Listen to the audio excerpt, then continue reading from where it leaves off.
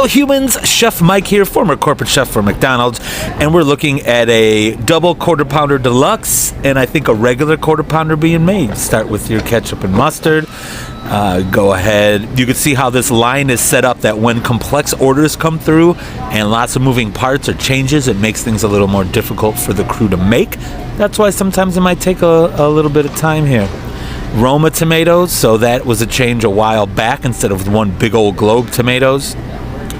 Okay, so you see the cheese is placed in that weird position there. That is because when you make like a regular quarter pounder, which you're going to see, you put the one beef patty on and close the box. Okay, on a double, that other cheese needs to go in between the beef patties, so that's to denote the crew member like, hey, don't just close the box. Blue gloves are being worn whenever you touch raw beef or any of the raw chicken items. So if you see anybody making your food with blue gloves on, you're going to want to raise a little concern there. That's how the fresh patties are made right there. So top and bottom heat. Now seasoned. This part's a little difficult for some crew. You actually have to kind of get under the beef patty and scrape it from the surface there. Nicely done.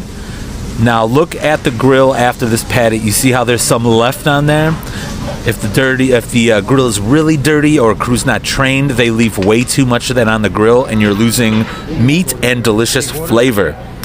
So then those trays are constantly handed back and forth into the kitchen, which does cause a little complexity.